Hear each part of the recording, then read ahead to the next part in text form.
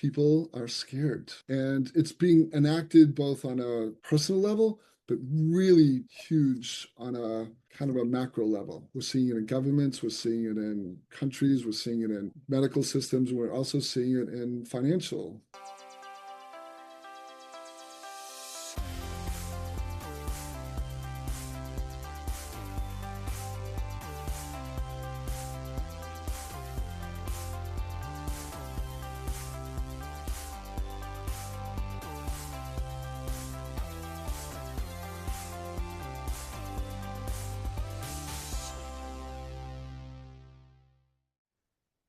Welcome and Happy New Year. Happy Rave New Year, which is appropriate because we're going to be talking about that today.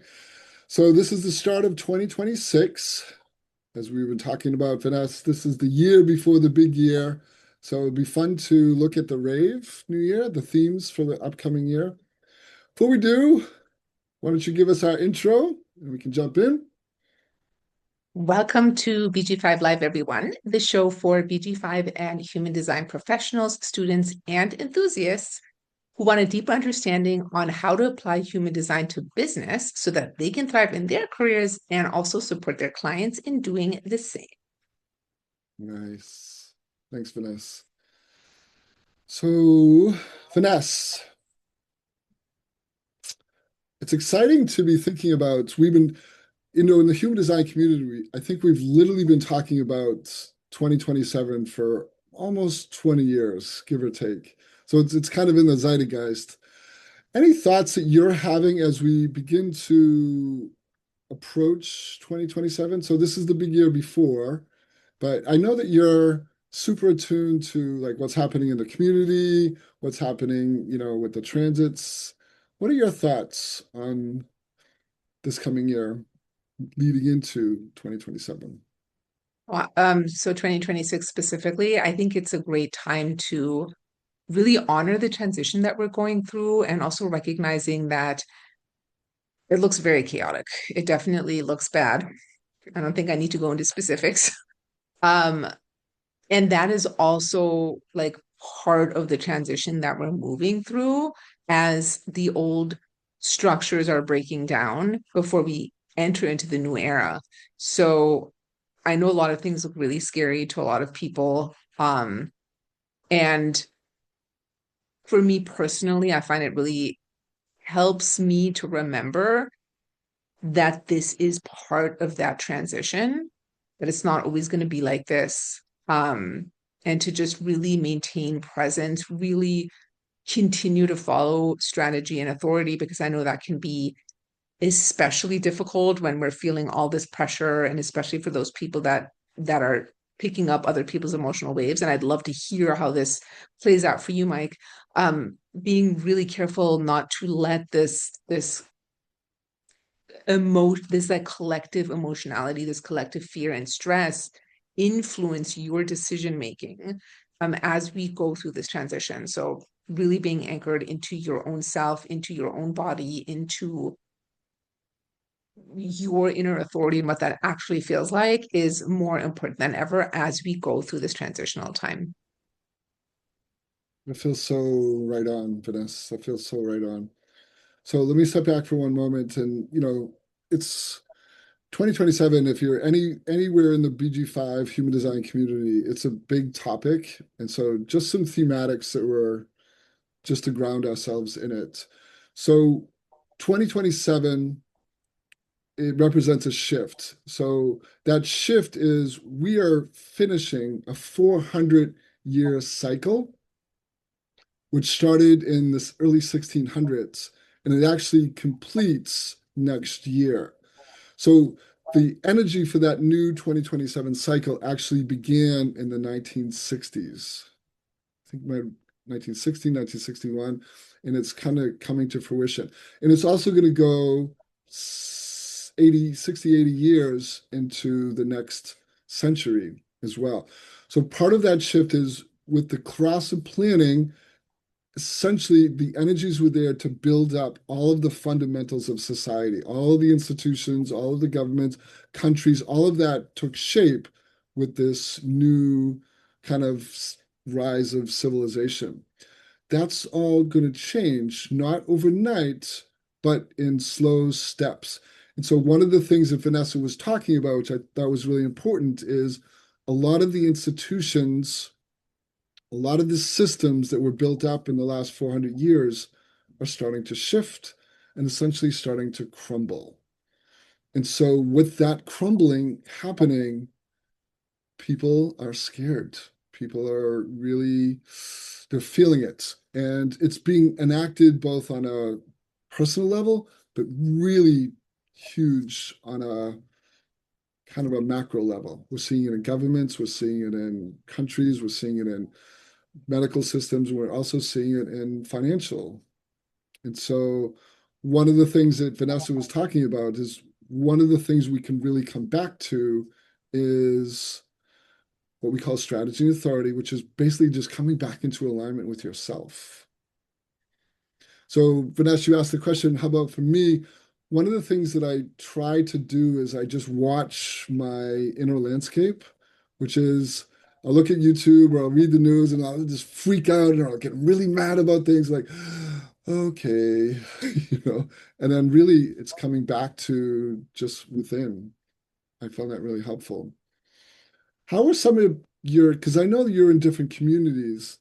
What are you noticing in the different people or different communities that you're in? Are you noticing shifts happening there? Well, a lot of the communities I'm in are human design related, so they know about this. Um, and I am seeing people really becoming actually like more aligned and connecting more into their actual authority versus just understanding it or knowing it theoretically, but actually applying it, which I think is making a big difference.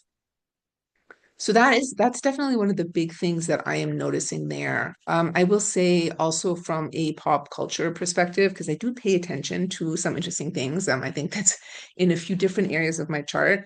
Um, I'm noticing that truths that have been hidden for a very long time in a lot of different areas, in the entertainment industry, obviously in politics, in religious institutions, they're coming to the surface now. Things are being uncovered in ways that they haven't been before, partially because of the access to decentralized information.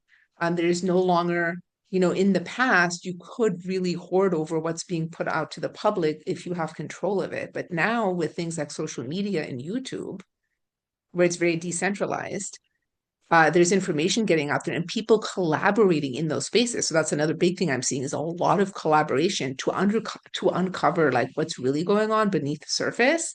And that is something that I find really fascinating. It's just like another layer of seeing where things are starting to crumble, where they can no longer keep up a facade that is not in the highest good of everyone, and that people are actually joining together in communities to uncover and unmask that which is this old tribal hierarchy top down stuff that is starting to come apart at the seams. Like it's starting to become really obvious, and I'm seeing it in a number of different areas, from celebrity pop culture, from politics, from like I said, religious organizations and establishments and that kind of stuff. And it's really interesting to look at it from that perspective. Yeah. I loved how you brought in, it's almost like a duality where, so the the theme of 2027, that the next cycle is technically it's the age of the sleeping phoenix, but we call it more the age of the individual. But, and I think you represent this really well, and we're going to be talking about this today with the 3740, is in order for us as individuals to thrive, we need other people, we need communities, we need partnerships, we need kind of these ad hoc ways of connecting. And so I think you're someone who represents that really well because you have this ability to be both a really strong creative individual who also is a deep part of, different communities and groups. So it's kind of fun And to watch. I will throw that right back at you with your 59 conscious sun, because, the sleeping phoenix, which is your incarnation cross and also the theme of the new era, um, gate 59 is about connecting with others, with the right other, to create something new. So there is that big element of community as well in the 59. I mean, yes, it's maybe not in the strength of community, but this is such a huge aspect of really finding the correct other people, of making sure that you are surrounded by the right others to create with. And I am seeing a lot more of that as well. Yeah, yeah. Should we explore the themes for the Rave New Year? This is kind of Why exciting. not? So here we're looking at, so if you're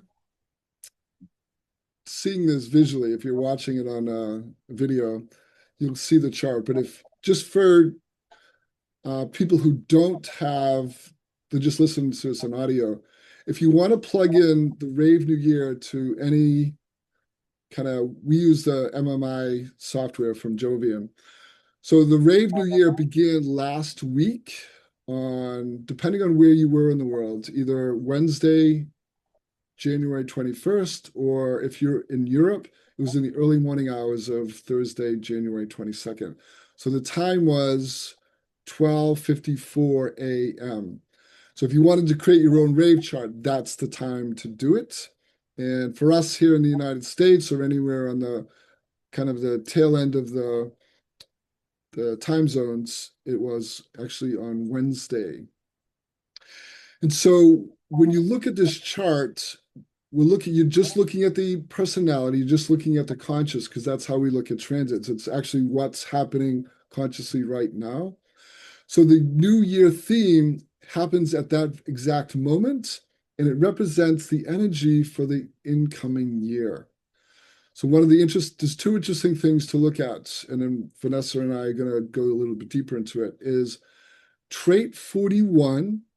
That is the trait of the dreamer. It's also about recognition. It's about, we call it contraction and decrease, but it's really about this essentially this energy of fantasy and desire for something new to happen. Trait 41 is activated 4 times in the new year cycle, which we find really interesting. So Vanessa and I will take some time to explore that. And the other thing is the nodal configuration, the past future direction, happens in a full strength. Should be. So when that happens, it brings a really concentrated energy. And we're lucky to have Vanessa here because she actually has that strength in her design. So we'll get to talk about that. So that's the 3740, the strength of community, which we were just kind of alluding to. Before we do that, let's explore 41, which you also have. Vanessa, why don't you read this for our listeners, and then you can give us your personal experience on it, and then we'll talk about it in terms of the Rave New Year themes. So 41, the dreamer. On the slide, you have a hunger for life experiences fueled by your desire to interact with others through experiences, feelings, and emotion. So this does connect to trait 30, which is in the emotional solar plexus, and it is also abstract circuitry, which always connects to the emotional solar plexus. So there's pressure for new experiences that builds up in you as a daydream, restlessness, or expectation. You feel driven to satisfy your desire or fulfill some destiny, yet it is not in your control. You can surrender to the fates to move freely through each experience without expectation. You can bring balance to your restlessness by writing, daydreaming, or by vicariously experiencing your fantasies through books and movies. Here lies the potential for all human experience, but it releases or locks us only one experience at a time. Into one experience at a time. I don't know. That might have been a typo. This is the beginning of something new. And so the thing with Gate 41, this is really like the drive and pressure to evolve and to have new experiences. And one of the things to like, this is the beginning of the human experiential way. So this is where it all starts. It's the start codon. And it's interesting that we have, well, the conscious, the core essence, the sun is in gate 41, line 1. That is always what starts the human design new year. Pluto, truth and transformation, also in gate 41. And actually, when Pluto moves into gate 41, line 5, that is when the mutation happens. So Pluto's going to be in 41 for a while. And I believe it was also Mercury, communication, and I think Venus values, if you can go back to that other slide. I don't remember if, or maybe it was Mars, maturing energy, that are also in, yeah, Venus. So Venus values, communication, the sun, the core essence, and truth and transformation, all in trait 41. So it's such a good time to, well, generally speaking, from the human design new year to, think about and imagine what kind of experiences you want to have and what you want to bring forward, while the decrease aspect is eliminating all of those desires, those wishes, those fantasies that really aren't serving you, so you can focus on what is important for you. So for me personally, I have trait 41 in my the moon, brain fart, driving Right. force, the moon. So it's a driving force in BG5. Um, that I have always really been driven by having new experiences. And I'm very familiar with that feeling of like restlessness. I'm like, I need something to happen. Um, and of course, this also points at one of my bridging traits, trait 30. So the interesting thing with this is it's like, okay, I know I want to have some experience. I know I want something new to happen, but I don't know what it is. Uh, which has always been interesting.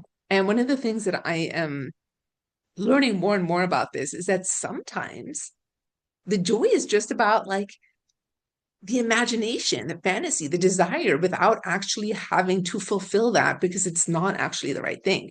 And I will give you a personal example. Um, on the island where I live, somebody that lives down the street from me just brought in a bunch of really fat, giant Jeep Wrangler sports, like four doors, like lifted with fat tires and all of this type of stuff, which is pretty convenient on this island because our roads aren't exactly what, you have in the US. And it's funny because A, I don't need a new car.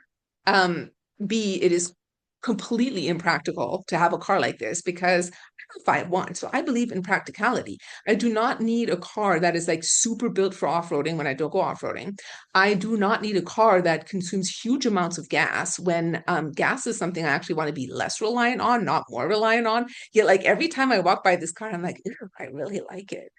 And it's been really funny just like watching myself be like, yeah, you're not going to buy this car. It's not, it's completely impractical. And watching myself go through this whole thing and being like, oh, but I could kind of, pretend and just fantasize about it and then just eventually let it go. And then you get to a place where you're like, yeah, I don't need that. Um, so that's like kind of one of the ways that it can show up for me. And I will also let you know how much misalignment this has brought into my life before human design. Because before human design, I might have been like, I need a new car and I'm going to buy this car right now because it's what I want. And I've fallen in this trap, by the way. I've had like, you don't even want to know how many cars I've had in my life. I used to get a new car every year and a half. I guess every time this somehow hit me, I'm like, it's time for a new car, like completely unreasonable and like ridiculous. And now I know, like, I see these, like, shiny, shiny thing over there. And I'm like, no, I see what's happening. And I actually can be really aware too when I'm able to narrow down the focus of like what I really want. And none of it involves a completely unreasonable vehicle for me. Like that, like the car is not anywhere on my radar, but like what I really want to put my focus on for the new year. And there's no cars in this desire and focus whatsoever. That's such a great story. It's so aligned with what you're like this theme. So let me build on what Vanessa was saying. This is something I kind of built up for us. So trait 41 is in the drive stamina function. So it's a pressure to feel, it's a pressure to desire, it's a hunger for something new. Those that hunger is for new experience. So Vanessa's talking about having a car, but the car is kind of the thing. But she's also on some level probably imagining herself driving in this big Jeep and like looking super cool. It's like yeah. Like we were talking about, the 41 is defined four times. Two of those times it's in challenge or detriment. So one of the energies, especially in the core essence, is the hothead, the urge to release feelings. That feeling, so the 41 is seeking, like Vanessa was talking about, it's seeking a feeling, it's seeking a desire, it's seeking an experience. So that urge, because it's in detriment, can be like, like a real pressure. Again, the 41 is also where fantasies may or may not come true. So if you have the 41, or even if you don't, that energy is going to be in the kind of the environment for most of the year ahead. So this is where our fantasies may or may not come true, which leads to unfulfilled expectations that can lead to emotional crashes. So one of the primary or prevalent thoughts or feelings or regrets this year is, why don't things turn out the way I'd hoped? So being clear about, am I going to start this new business?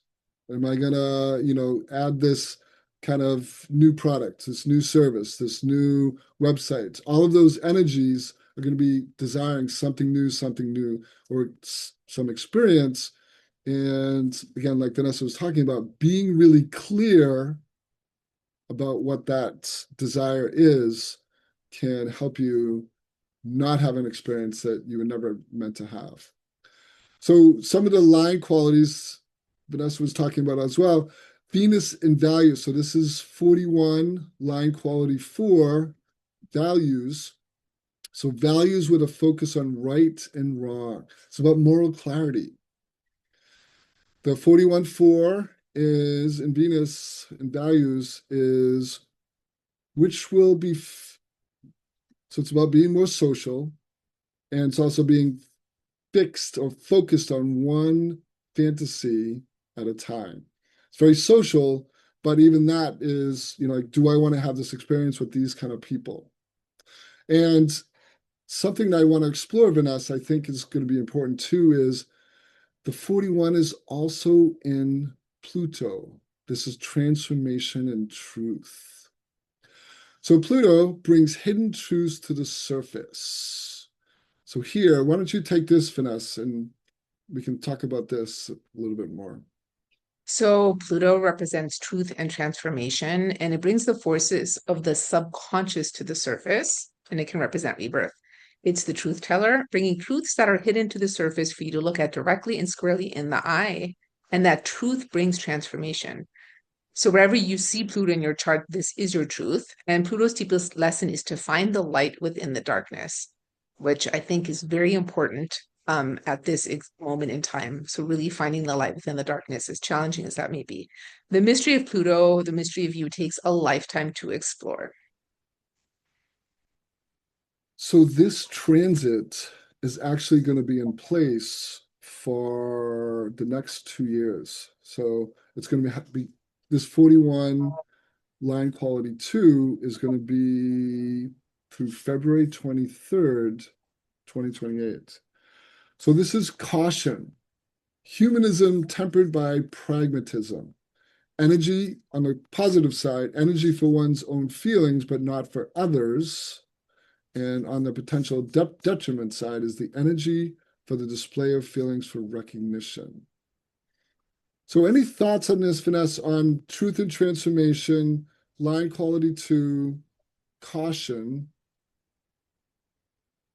This is going to be like a kind of a global thing. What do we think this is going to look like for people, and what should they be I looking have no idea. We will find out. But like I said earlier, when we were talking about the changing of the eras, like one thing that is really obvious right now is that things that have been hidden, things that have people, institutions have tried to suppress, are now coming to the surface in all different arenas. And I think that is definitely a big aspect of Pluto, and also having this many activations in Pluto, um, for this solar cycle or this annual cycle. Yeah, it's interesting to think like this idea of truth telling. So secrets being revealed. Part of the other side of that, I imagine, is this desire for to hide things. And so these energies could be beginning to clash with one another. This I desire, definitely feel like that is what is going on in the collective right now, yeah. is partially the desire to hide, and then by others the desire to reveal. I'm just thinking also in terms of 2027 brings the age of the individual. So part of that energy is the 3420, which is the like a pure express builder energy. Deeply individual, along with the 55, is one of the deepest fears of people who are really individual in their design is that if they just allow themselves totally free expression, that they'll be rejected. It's something I experience, and maybe you do too at different times, Vanessa, where you kind of hold yourself back. So I think one of the positive things is about the 41 is because it's so active in the coming year, is that our desires will start to take on a life of their own. Like, I really want to do this thing that I've been thinking about for a couple of years now. And so maybe that energy, again, coming out of the drive stamina is going to push a lot of people into actually beginning to express and manifest their desires. It's going to be interesting to see what happens. So we're also going to look at the the nodes, the past and future direction.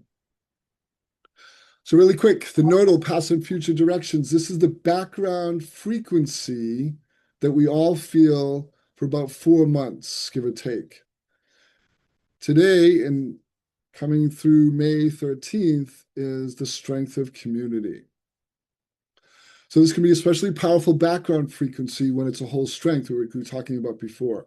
So friendship, the 37, it's in the fourth line quality. It's leadership by example. Any member of the family may take on a leading role through exemplary behavior. This is real family oriented. This is more like the people we know, our families, our friends, our teams, our work associates. And the 40 is aloneness, deliverance. This is the past direction. It's about organization, the power of the ego when organized and active to maintain separateness. So this idea of balancing work and rest between being social and taking alone time. So this is going to be a big part of the frequency for the early part of this year. It's also the ability to work hard and rest when the day's done. So Vanessa, I'm going to just have you check in with this here, and then you can share any examples that come up Right. for So you. this the strength of community, you possess the gift of fostering friendships and community. You're the one who forms the bridge for individuals to be part of a community where all have an honored place and respected function. You understand the importance of making a good bargain and how to seal that bargain. I'll do this for you if you do that for me. Let's shake on it or sign here. You're willing to work to provide for a community that believes in you, and in return, you need your rewards and rest. Waiting to see who invites you to join their organization, business, or community is essential. The correct invitation will come through direct contact with someone you know. You must discover where you belong or how you fit into the big picture. So someone who has community in their design, is there anything you would share with us? So maybe just about like you're experiencing, and but we could also talk about what do we imagine that to be like in the kind of in the environment around us. So I mean, I definitely resonate with everything that is said here, and I have often been invited into communities, including here. I mean, you invited me into this, so through someone so it's always been through somebody I already have a relationship with. And there's a lot of, I mean, this strength, there's so much to be said here. One, we can never leave out the part of this that is the emotional wave. And the tribal wave is a very, very intense wave that can result in things like wars and revolutions.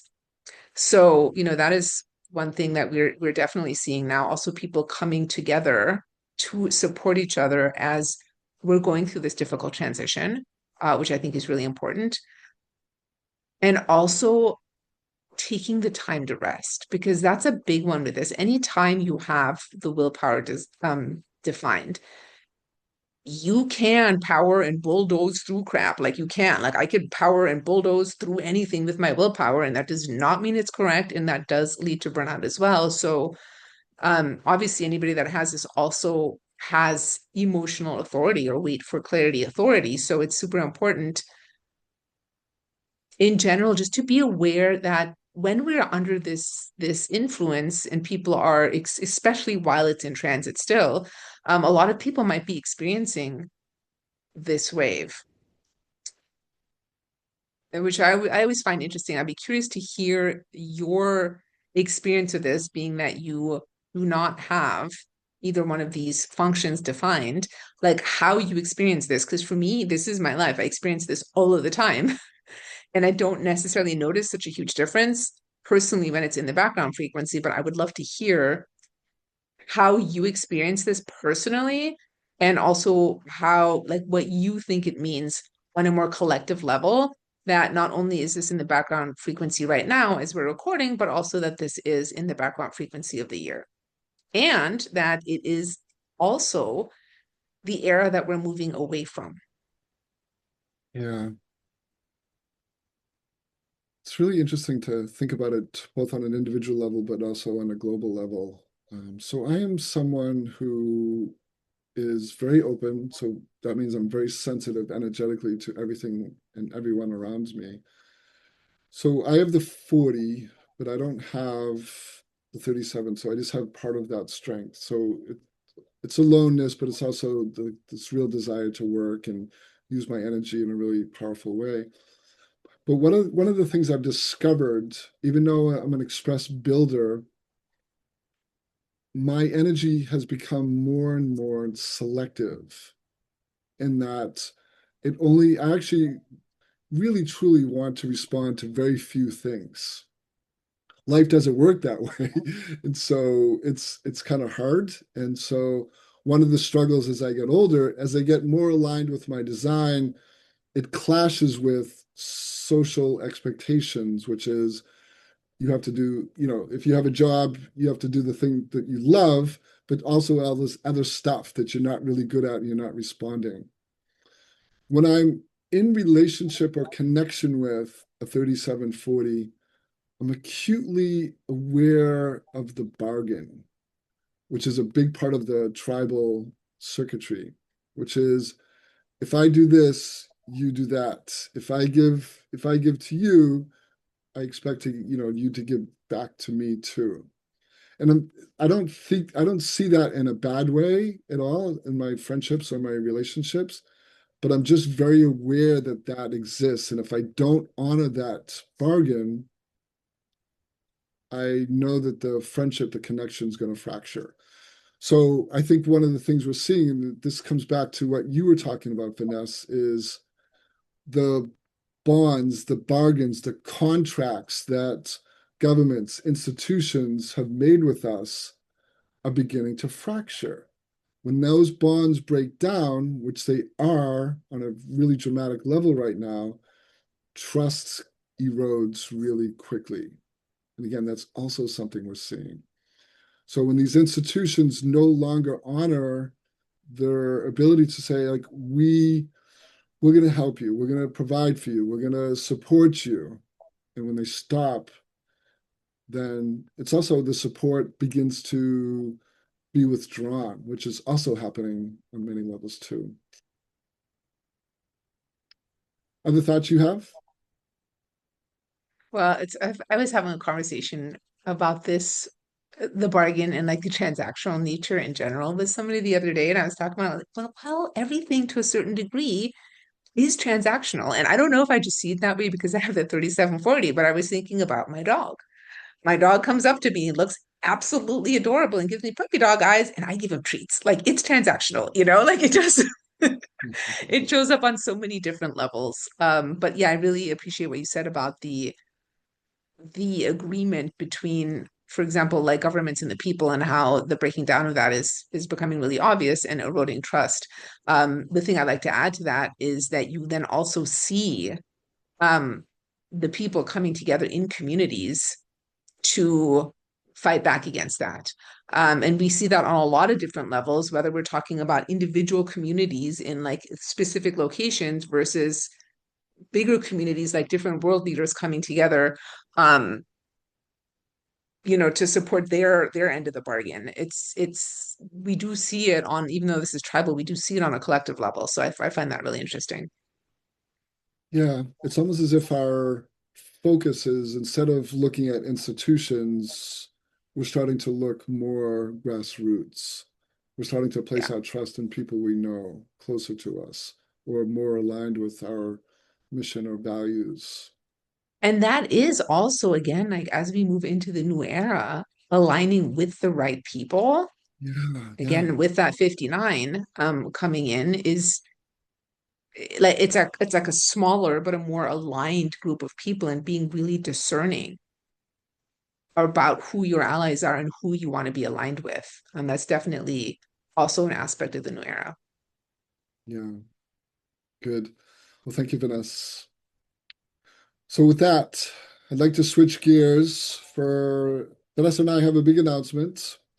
So after almost 2 years doing the BG5 live show, which we've loved, and we've had some amazing guests, Vanessa and I have decided individually and together jointly is we're gonna finish our hosting of the BG5 live. The BG5 Institute will hopefully, resurrect it with new hosts. But for now, Vanessa and I are going to have one last show next week. And so we wanted to just let you know that we've been honored that you've been listening to us, that you've been joining us and supporting us. So it's been a real honor. Vanessa, any reflections on our 2 years doing the show together? Yeah, I remember the very first show that we did, and we were both nervous, and we were like, got on, and then we're like, okay, we're gonna take our 10 minutes and do our, breathing and our grounding and all of the stuff, before our first show, and then like the first few shows, and then it just became second nature. And I think it's a powerful reminder for anybody that is starting something new that it's going to be scary at first, and it's okay. Like you just keep doing it, and it just becomes like a natural thing that's just part of what you do, and you allow yourself to go through the cycles and to recognize when it's time to move on. And I'm so grateful for you, Mike, for inviting me to do this. It's been so much fun. It's definitely bittersweet. And I do have, the 42-53 strength of cycles, and like recognizing the ending of a cycle, which then opens up new cycles. So yeah, I'm super grateful for everybody who's been part of the show, who has been our guests. For those of you that watch and listen, it's really been an honor, and I'm so grateful to have been a part of this for almost 2 years. Yeah, me too. And it's been wonderful having you as a co-host. I felt so lucky. Just, you were the perfect person at the perfect time to do this with. Oh, It was really awesome. Yeah. And Vanessa was a really big and instrumental in a lot of the guests that we had. So I really trusted and relied on a lot of her kind of creativity and having these different themes and these different people. So it was wonderful I learned a lot this year too, for some of our guests. Like, wow, that's just such an interesting take. So thank you, Vanessa. Thank you, Sarah, for allowing us to kind of play for 2 years. So for us, Vanessa and I, our next show is going to be Tuesday, February 10th, 2026. Sarah will announce somewhere at some time that, what the next iteration of this will be. Everyone, thank you for listening, and we'll see you next time. Thank you, everyone. Bye for now. bye. Thank you.